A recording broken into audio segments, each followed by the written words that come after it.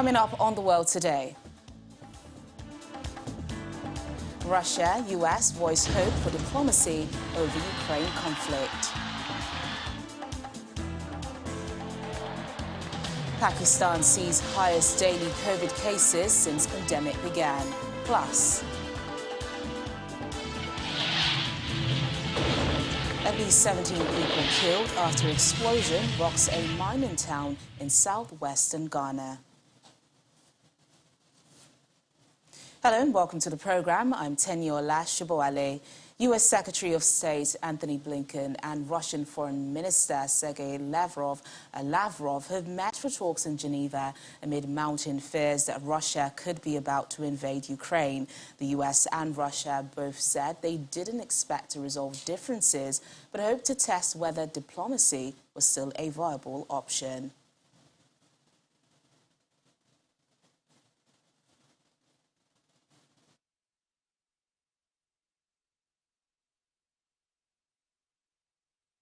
We'll have more on that report in the meantime. Meanwhile, UK Foreign Secretary Liz Truss has called on Russian President Vladimir Putin to desist and step back from Ukraine before he makes a massive strategic mistake that would lead to a terrible loss of life. Speaking in Australia, she also warned Putin and the Chinese President Xi Jinping that Britain's allies would stand together to fight for democracy.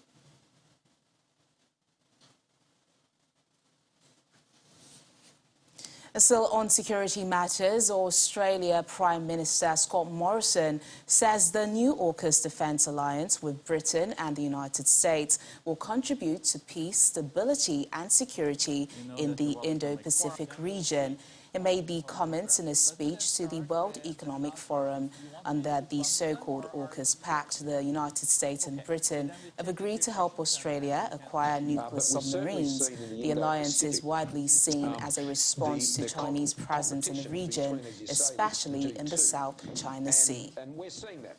And all countries we live in what is an increasingly fragmented and contested world, particularly here in the Indo-Pacific, which has become the world's strategic centre of gravity. The challenges we face are many. There are tensions over territorial claims. There is rapid military modernisation. There's foreign interference occurring in nations right across the Indo-Pacific and here in Australia.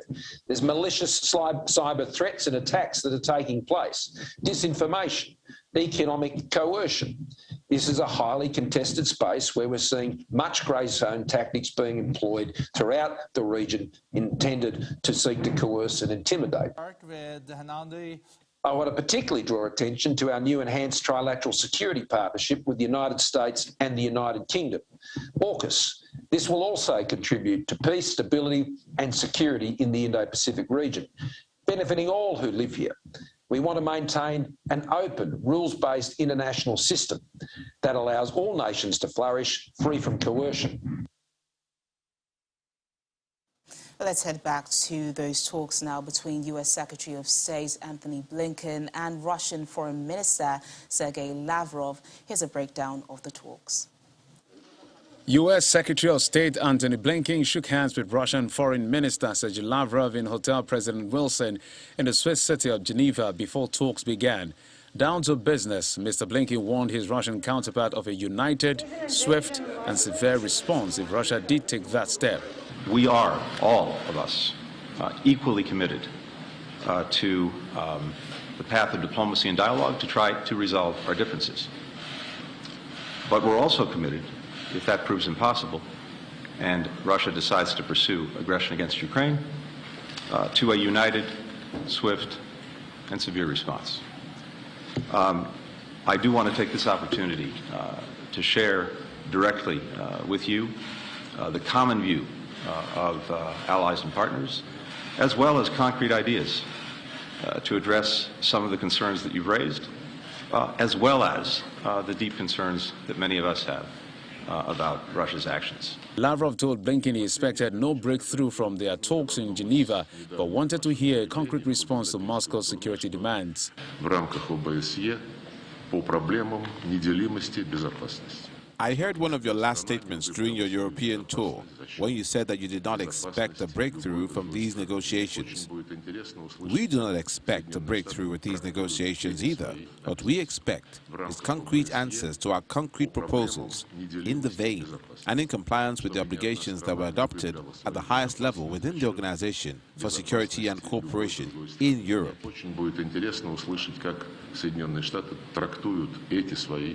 At a press conference after the meeting, Mr. Lavrov reiterated Moscow's position that it has never threatened the Ukrainian people and has no plans to attack Ukraine. He also said he expects the U.S. will present a written response to Russia's security demands next week following the talks. Meanwhile, Mr. Blinken told reporters the U.S. is prepared to pursue possible means of addressing Russian concerns in the spirit of reciprocity. Our objective is to determine whether Russia is prepared to take the diplomatic path and other necessary steps to de-escalate the situation in Ukraine and ultimately to resolve our differences through diplomacy and through dialogue. The discussion today with Minister Lavrov was frank and substantive. This was not negotiation, but a candid exchange of concerns and ideas. I made clear to Minister Lavrov that there are certain issues and fundamental principles that the United States and our partners and allies are committed to defend. That includes those that would impede the sovereign right of the Ukrainian people to write their own future. There is no trade space there. None. The two men met in Geneva amid Western fears that Russia may invade its neighbor, Ukraine. Russia denies planning an attack but says it could take unspecified military action if a list of demands are not met, including a promise from NATO never to admit Ukraine. The VOA's senior diplomatic correspondent, Sane, joins us now for more. Cindy, after nearly 2 hours of talks, this meeting ended without a resolution, but for hope for diplomacy and negotiations, right? Yes, that's correct, Penny. Russia had wanted the U.S. to provide answers to its concerns in writing. And Secretary Blinken did say that the U.S. will be doing that next week, providing answers in writing. He said that the U.S. again prefers diplomacy and that the U.S. and its European and NATO allies are all united that if any kind of Russian units go over across the border and invade Ukraine, there will be a very swift and very severe response. But, the two sides are, remain very apart in what they want. The Russian foreign minister says he expects a written response to Moscow's demand next week, which you just mentioned. But these demands include an end to NATO's expansion. How likely is the U.S. to accept some of these demands? Yes, well, the U.S. has made clear that that one particular demand, which keeps being repeated by the Russian side, is not going to be accepted. And Secretary Blinken gave a major speech in Berlin on Thursday, laying out the stakes of this and saying, look, we don't want to go back to the Cold War where Berlin was occupied, where there were troops patrolling the city. He said, we can't let one country determine the future of another country at the barrel of a gun and military force and tanks and 100,000 troops lined up on the border. He said, we don't want to go back to that, and said not only Europe, but the whole world has a stake in that because countries have agreed to territorial integrity. And one country and Russian President Putin cannot dictate to Ukraine their future. Ukraine is a separate country now, even though Russian President Putin seems to have his difficulties with that. And another thing that Secretary Blinken pointed out is that this isn't the first time that Russia has threatened or invaded Ukraine. Russia invaded Ukraine in 2014 and seized part of it, the Crimea, and that only served to really unite Ukrainians against Russia, which had not been the case before. So he said it's not emotions here, Secretary Blinken said. It's facts and it's history. And people in Ukraine, having their Crimea seized and having an 8-year-long war, which has killed some 14,000 people, are really bracing for the worst right now. And another thing that was reiterated in this meeting is Russia saying they have no plans at all to invade Ukraine. So what justification have they given for so many troops on the border? Right. Well, they haven't really given a justification for that except saying that they feel threatened by Ukraine, they feel threatened by NATO, and of course that Russia could be threatened by its much smaller and with a much smaller military Ukraine is absurd on the face of it. So Russia has all these troops there, and experts say really it comes down to President Putin and what he decides to do. If he just really wants to have Ukraine in Russia's sphere of influence and is willing to use the military to force that, then of course he could do that. But they are pointing out that people are very motivated to try and defend their country. They will fight back, and Russia could get mired into a very long and costly war, which I don't think most probably everyday Russians would also not want. And I think it's interesting, the timing and turnout of this meeting, because just yesterday, President Biden triggered questions about the consistency of the U.S. line on Ukraine when he predicted that Russia would move in on Ukraine. But he appeared to suggest a minor incursion could attract a weaker response from the U.S. and its allies. Just speak to us about that. Yes, you're right, Taniola. That remark, which is a sort of an offhand, off-the-cuff remark during a 2-hour press conference, has gotten a lot of attention. And we had President Biden coming out himself Thursday to clean up and say, no, any Russian units that go over the border, that will be considered an invasion. We've had Vice President Harris and others trying to clean up, and Secretary Blinken once again saying we've made clear to the Russians that any kind of military aggression will be treated as, will meet a swift and severe response. But you also had Ukrainian President Zelensky take to Twitter to say, look, there are no small nations and there are no minor incursions. So Ukraine was also concerned about that. And I think what President Biden was trying to say, that if there's other means of Russian aggression, such as cyber attacks and that kind of thing, then they will meet with a calibrated response. But he himself tried to put that right. So there was some confusion. All right, then, VOA correspondent Cindy Sane, thank you so much for speaking to us on the program. Always a pleasure. Let's also come on the world today.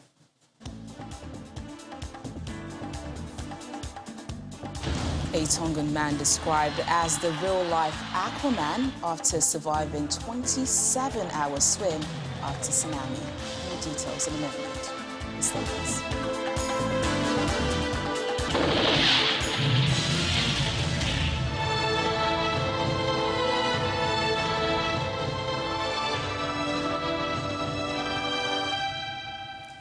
Thanks for staying with us. Pakistan has reported more than 7,000 COVID-19 cases in a single day, its highest daily number of infections since the pandemic began.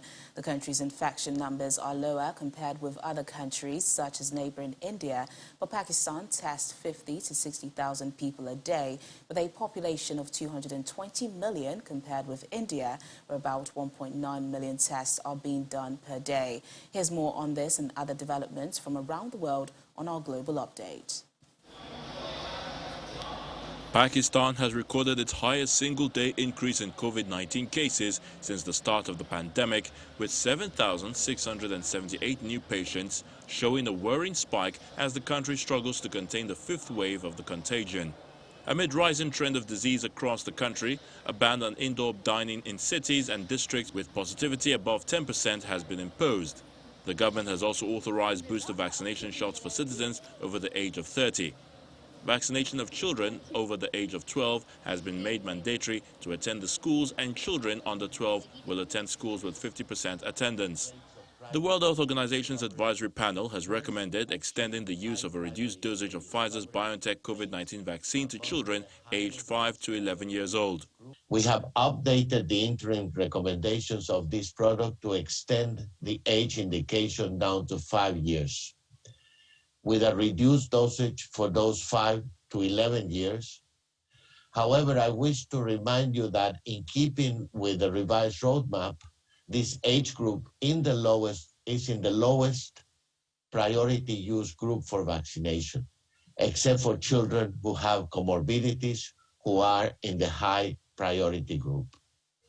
Also aligned with the revised roadmap, SAGE has updated the interim recommendation for the use of booster doses of the Pfizer-BioNTech vaccine, emphasizing the need to start with the highest priority use groups, such as older adults and health workers, 4 to 6 months after the completion of the primary series.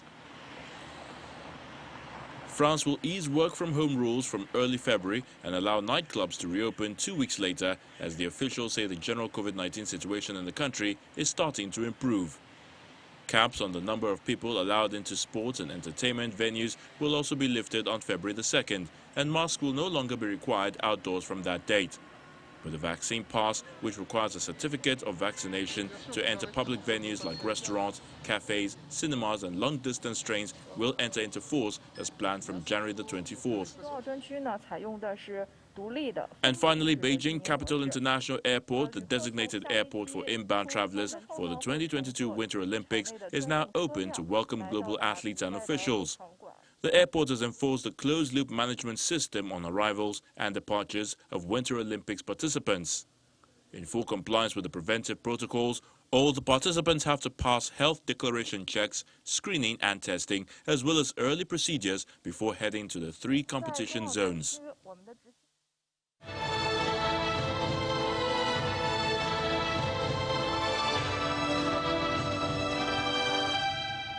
And over to Ghana now, where at least 17 people have been killed in a huge explosion near a mining town in the southwestern region.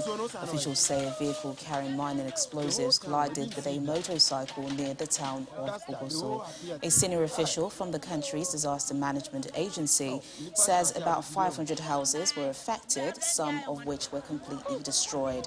At least 59 people have also been injured, some of whom are in critical condition. Now, families of victims of a stampede in Liberia are anxiously waiting for news on their loved ones outside a hospital in Monrovia.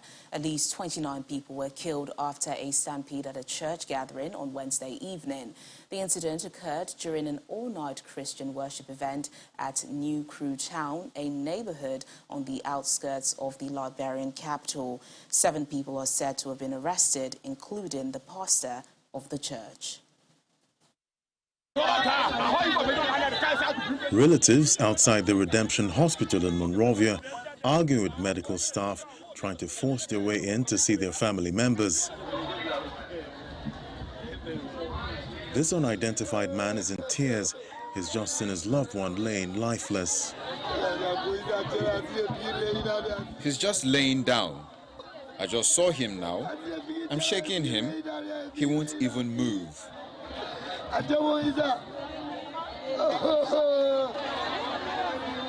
Meanwhile, another man is seeking for answers as he's not sure if his sister is alive. I want to see her. I want them to show me she's there, alive. If I see her, I believe she is okay. Speaking from a hospital window, Hollis said the last thing she remembered was being trampled before she fell unconscious. Me and my sister were coming. As soon as we reached the gate, that's when we saw a big crowd. People pushing each other, falling down near each other, stepping on people, pushing people. I told my sister, let's go back, but we weren't able to go back. I fell and people were stepping on my back. I fainted. By the time I woke up, I saw myself here in the hospital.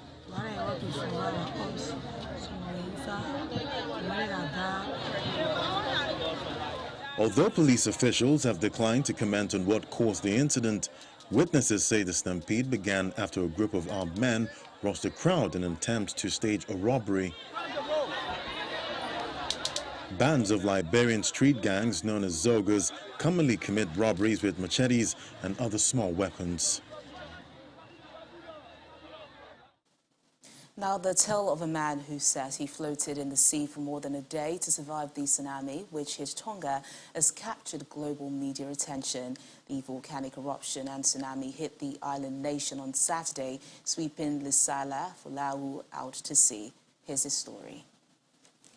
Lisala Folau, who lived on the small isolated island of Tonga, which has a population of about 60 people, was swept out to sea when the waves hit land at about 7 p.m. on Saturday, January 15th.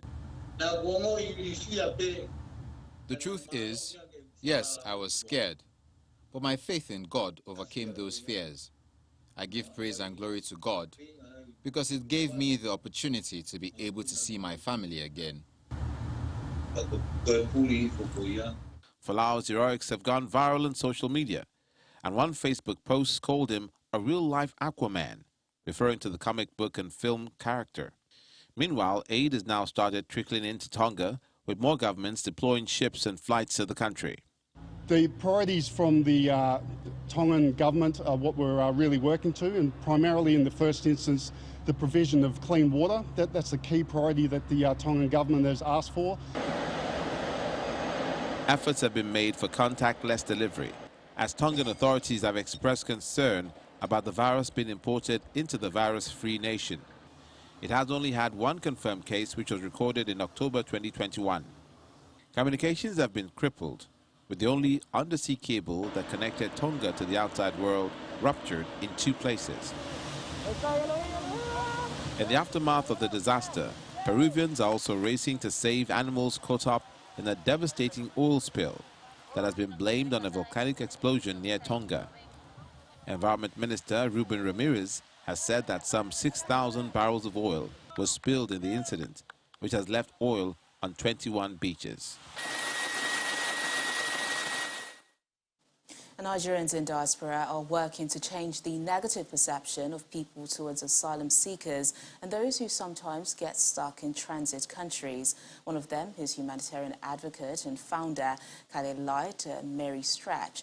Working with global luxury brands under the Court Commerce Initiative, she's on a mission to ensure that Nigerians are clothed with dignity and respect, irrespective of their immigration status. I'm a headhunter, and I've headhunted for years for Disney, L'Oreal, Puma, Chanel, great, huge brands, Warner Brothers, Paramount, most of the film studios, and I've recruited at very senior level. This is what's unique about it. This initiative is called #Court Commerce because I had to court these commercial operations. I had to beg them and be terribly nice and polite, which I'm not usually in business. I'm quite tough, but I was prepared to put up with anything because it's not for me. It's to help these people who've been traumatized, who are distressed, who are lonely. I wanted to change the narrative of British perception of them by making them look as good as people walking down Oxford Street in London. They are actually amazing people. They were doctors, architects, shop assistants, taxi drivers. They went shopping in their countries. Even if they just wore their national costume, they looked good, they were clean. Here, they've lost everything. So I wanted to make them look great again.